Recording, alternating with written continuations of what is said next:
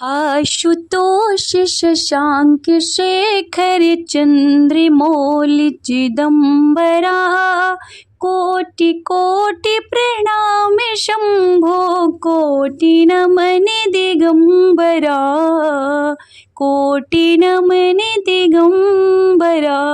श्री शिवाय नमस्तुभ्यम। आप सभी को पवित्र श्रावण महीने की हार्दिक शुभकामनाएं। भगवान भोलेनाथ और माता पार्वती कृपा आप पर और आपके परिवार पर सदैव बनी रहे। आज आप सुनेंगे श्रावण सोमवार व्रत की कथा। वीडियो पसंद आए तो लाइक कीजिएगा और चैनल में अभी नए हैं तो प्लीज़ चैनल को सब्सक्राइब कीजिएगा और कमेंट में हर हर महादेव लिखिएगा। आइए शुरू करते हैं श्रावण सोमवार व्रत की कथा। कथा के अनुसार अमरपुर नामक में एक धनी व्यापारी रहता था। दूर दूर तक उसका व्यापार फैला हुआ था। नगर में उस व्यापारी का सभी लोग मान सम्मान करते थे। इतना सब कुछ होने पर भी वह व्यापारी अंतर मन से बहुत दुखी था, क्योंकि उस व्यापारी का कोई पुत्र नहीं था। दिन रात उसे एक ही चिंता सताती रहती थी, उसके मृत्यु के बाद उसके इतने बड़े व्यापार और धन संपत्ति को कौन संभालेगा। पुत्र पाने की इच्छा से वह व्यापारी प्रति सोमवार भगवान शिव की व्रत पूजा किया करता था। सायंकाल को व्यापारी शिव मंदिर में जाकर भगवान शिव के सामने घी का दीपक जलाया करता था। उस व्यापारी की भक्ति को देखकर एक दिन माँ पार्वती ने भगवान श्री शिवशंकर से कहा कि हे प्राणनाथ, यह व्यापारी आपका सच्चा भक्त है। कितने दिनों से यह सोमवार का व्रत और पूजा नियमित कर रहा है। भगवान इस व्यापारी की मनोकामना को पूर्ण करें। भगवान शिव ने मुस्कुराते हुए कहा कि हे पार्वती, इस संसार में सबको उसके कर्म के अनुसार ही फल की प्राप्ति होती है। प्राणी जैसे कर्म करते हैं वैसे ही उनको फलों की वैसे ही फल की प्राप्ति होती है। इसके बावजूद पार्वती जी नहीं मानी। उन्होंने आग्रह करते हुए कहा कि नहीं प्राणनाथ, आपको इस व्यापारी की इच्छा पूरी करनी ही पड़ेगी। वह आपका अनन्य भक्त है। प्रति सोमवार आपका विधिवत व्रत रखता है और पूजा अर्चना के बाद आपको भोग लगाकर एक समय भोजन ग्रहण करता है। आपको इसे पुत्र प्राप्ति का वरदान देना ही होगा। पार्वती का इतना आग्रह देखकर भगवान शिव ने कहा कि तुम्हारे आग्रह पर मैं इस व्यापारी को पुत्र प्राप्ति का वरदान देता हूँ, लेकिन इसका पुत्र 16 वर्ष की आयु से अधिक जीवित नहीं रहेगा। उसी रात भगवान शिव ने स्वप्न में उस व्यापारी को दर्शन देकर उसे पुत्र प्राप्ति का वरदान दिया और कहा कि उसके पुत्र को 16 वर्ष तक ही जीवित रहने की बात बताई। भगवान के वरदान से व्यापारी को बहुत ही खुशी हुई, लेकिन पुत्र की अल्पायु की चिंता से उसे उस खुशी को नष्ट कर दिया। व्यापारी पहले की तरह सोमवार का व्रत विधि पूर्वक व्रत करता रहा। कुछ महीने पश्चात उसके घर अति सुंदर पुत्र उत्पन्न हुआ। पुत्र जन्म से व्यापारी के घर में खुशियां भर गई। बहुत धूमधाम से पुत्र जन्म का समारोह मनाया गया। व्यापारी को पुत्र जन्म की अधिक खुशी नहीं हुई, क्योंकि उसे पुत्र की अल्पायु के रहस्य का पता था। यह रहस्य घर में किसी को मालूम नहीं था। विद्वान ब्राह्मणों ने उस पुत्र का नाम अमर रखा। जब अमर 12 वर्ष का हुआ तो शिक्षा के लिए उसे वाराणसी भेजने का निश्चय किया।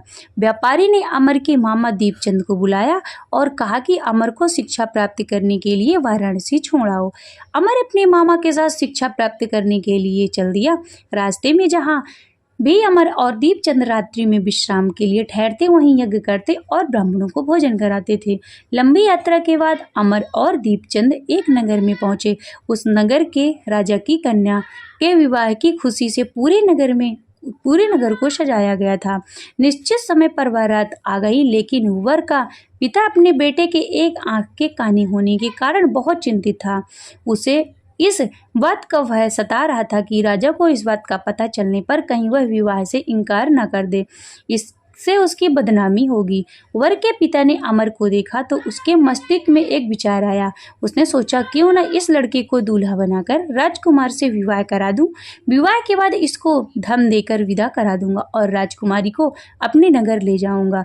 वर के पिता ने इसी संबंध में अमर और दीपचंद से बात की। दीपचंद ने धन मिलने के लालच में वर के पिता की बात को स्वीकार कर ली। अमर को दूल्हे के वस्त्र पहनाकर राजकुमारी चंद्रिका से विवाह करा दिया गया। राजा ने बहुत सा धन देकर राजकुमारी को विदा किया। अमर जब लौट रहा था तो सच नहीं छिपा सका और उसने राजकुमारी की ओढ़नी पर लिख दिया, राजकुमारी चंद्रिका, तुम्हारी विवाह तो मेरे साथ हुआ था। मैं तो वाराणसी में शिक्षा प्राप्त करने जा रहा हूँ। जब तुम्हें जिस नवयुवक की पत्नी बनना पड़े तो वह कान्हा है। जब राजकुमार ने अपनी ओढ़नी पर लिखा हुआ पढ़ा तो उसने काने लड़के के साथ जाने से इनकार कर दिया। राजा ने जब सब बातें जानकर राजकुमारी को महल में रख लिया। उधर अमर अपने मामा दीपचंद के साथ वाराणसी पहुंच गया। अमर ने गुरुकुल में पढ़ना शुरू कर दिया। अमर की आयु जब 16 वर्ष की पूरी हुई तो उसने एक यज्ञ की समाप्ति पर ब्राह्मणों को भोजन कराया और खूब अन्य वस्त्र दान किए। रात को अमर ने अपने शयन कक्ष में सो गया। शिव के वरदान के अनुसार शयन अवस्था में ही अमर के प्राण पखेरु उड़ गए। सूर्योदय पर मामा अमर को मृत देखकर रोने पीटने लगा। आसपास के लोग भी इकट्ठे होकर दुख प्रकट करने लगे। मामा के रोने विलाप करने के स्वर समीप से गुजरते हुए भगवान शिव और माता पार्वती ने भी सुनी। पार्वती जी ने भगवान से कहा कि प्राणनाथ, मुझसे इसके रोने का स्वर सहन नहीं हो रहा। आप इस व्यक्ति के कष्ट को अवश्य दूर करें। भगवान शिव ने माता पार्वती के साथ अदृश्य रूप में समीप जाकर अमर को देखा तो पार्वती जी से बोले कि पार्वती, यह तो उसी व्यापारी का पुत्र है जिसे मैंने 16 वर्ष की आयु का वरदान दिया था। इसकी आयु तो पूरी हो गई। पार्वती जी ने भगवान शिव से निवेदन किया कि हे प्राणनाथ, आप इस लड़के को जीवित करें, नहीं तो इसके माता पिता पुत्र की मृत्यु के कारण रो रो कर अपने प्राण को त्याग देंगे। इस लड़के का पिता तो आपका परम भक्त है, वर्षों से सोमवार का व्रत करते हुए आपको भोग लगा रहा है। पार्वती के आग्रह करने पर भगवान शिव ने उसी लड़के को जीवित होने का वरदान दे दिए और कुछ ही पल में वह जीवित होकर उठकर बैठ गया। शिक्षा समाप्त करके अमर मामा के साथ अपने नगर की ओर चल दिया। दोनों चलते हुए उसी नगर में पहुंचे जहां अमर का विवाह हुआ था। उस नगर में भी अमर ने यज्ञ का आयोजन किया। समीप से गुजरते हुए नगर के राजा ने यज्ञ का आयोजन देखा। राजा ने अमर को तुरंत पहचान लिया। यज्ञ समाप्त होने पर राजा अमर और उसके मामा को महल में ले गया और कुछ दिन उन्हें महल में रखकर बहुत सा धन वस्त्र देकर राजकुमारी के साथ विदा किया। रास्ते में सुरक्षा के लिए राजा ने बहुत से सैनिकों को भी साथ भेजा। दीपचंद ने नगर में पहुंचते ही एक दूत को घर भेजकर अपने आगमन की सूचना भेजी। अपने बेटे अमर के जीवित वापस लौटने की सूचना से व्यापारी बहुत प्रसन्न हुआ।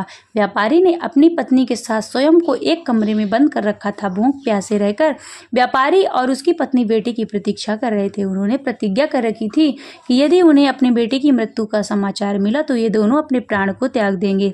व्यापारी अपनी पत्नी को और मित्रों के साथ नगर के द्वार पर पहुंचा। अपने बेटे के विवाह का समाचार सुनकर पुत्र वधू राजकुमारी चंद्रिका को देखकर उनकी खुशी का ठिकाना न रहा। उसी रात भगवान शिव ने व्यापारी के स्वप्न में आकर कहा कि हे श्रेष्ठी, मैंने तेरे सोमवार के व्रत करने और व्रत कथा सुनने से प्रसन्न होकर तेरे पुत्र को लंबी आयु प्रदान की है। व्यापारी बहुत प्रसन्न हुआ। सोमवार का व्रत करने से व्यापारी के घर में खुशियां लौट आईं। शास्त्रों में लिखा है कि जो स्त्री पुरुष सोमवार का विधिवत व्रत करते हैं और व्रत कथा सुनते हैं, उनकी सभी इच्छाएं भगवान भोलेनाथ अवश्य पूर्ण करते हैं। श्री शिवाय नमस्तुभ्यम। श्री शिव चालीसा। जय गणेश गिरिजा शुभम मंगल मूल सुजान, कहते अयोध्या दास तुम दियो अभय वरदान। जय गिरिजापति दीन दयाला, सदा करत संतन प्रतिपाला। भाल चंद्रमा शोहत नीके, कानन कुंडल नाग फनीक। के अंग गौर शिर गंगे बहाए, मुंड माल तन छारी लगाए। वस्त्र खाल वाघांबर शोहे, छवि को देखे नाग मुनि मोहे। मैं मातु को हवे दुलारी, वाम अंग सोहत छवि न्यारी। कर त्रिशूल सोहत छवि भारी, करते सदा शत्रुन क्षयकारी।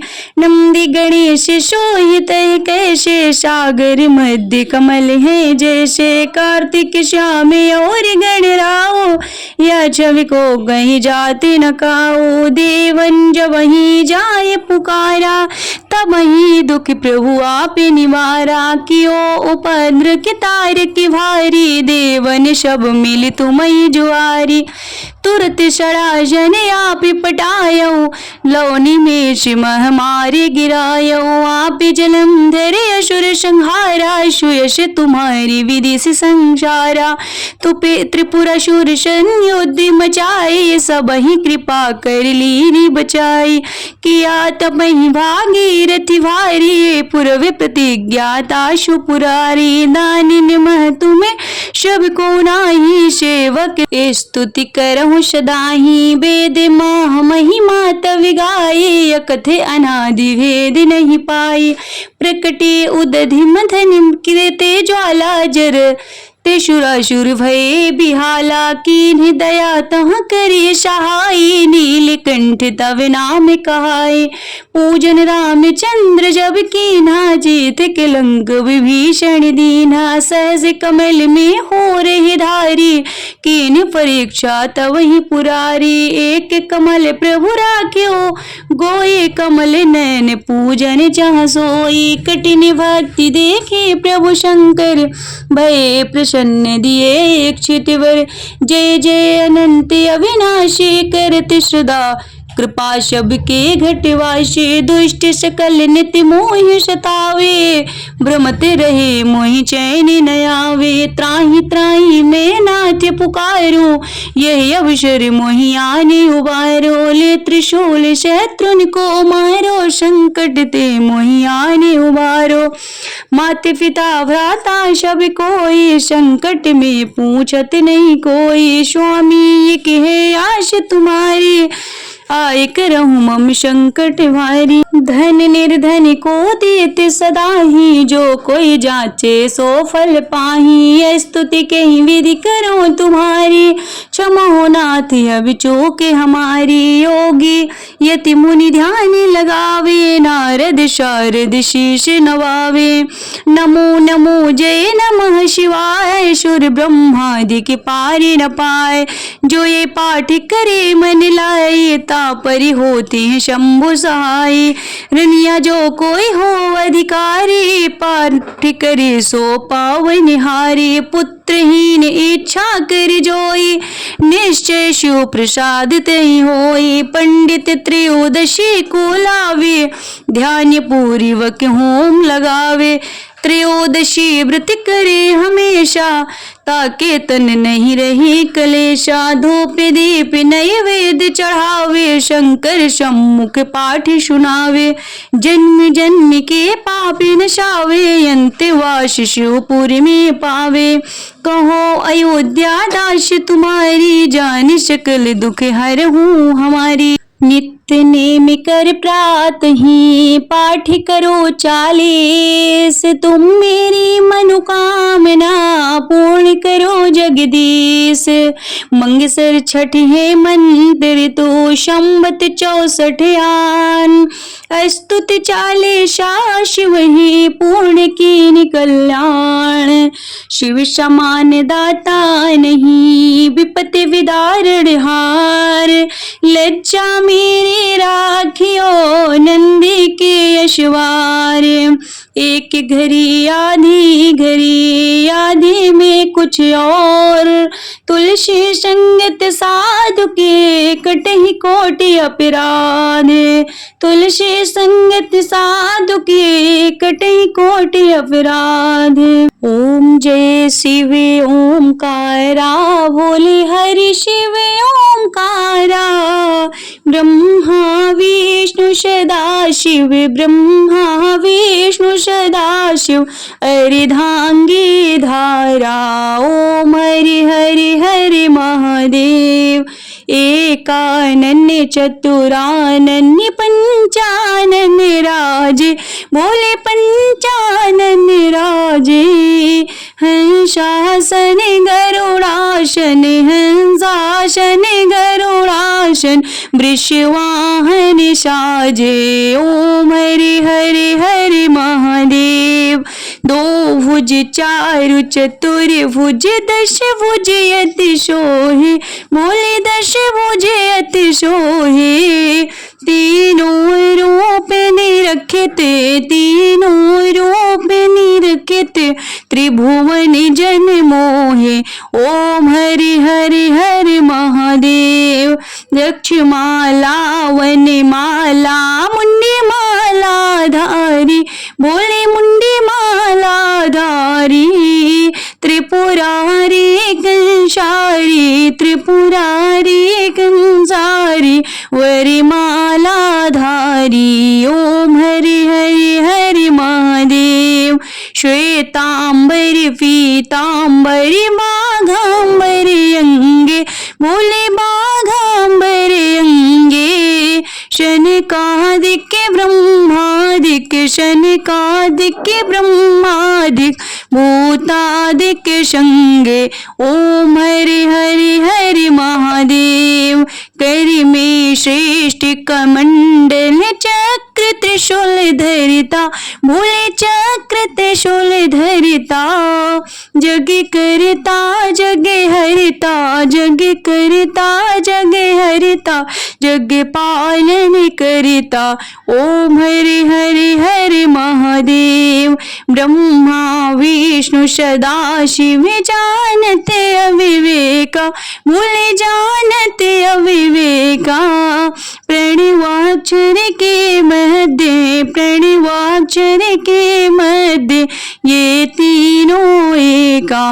ओम हरि हरि हरि महादेव।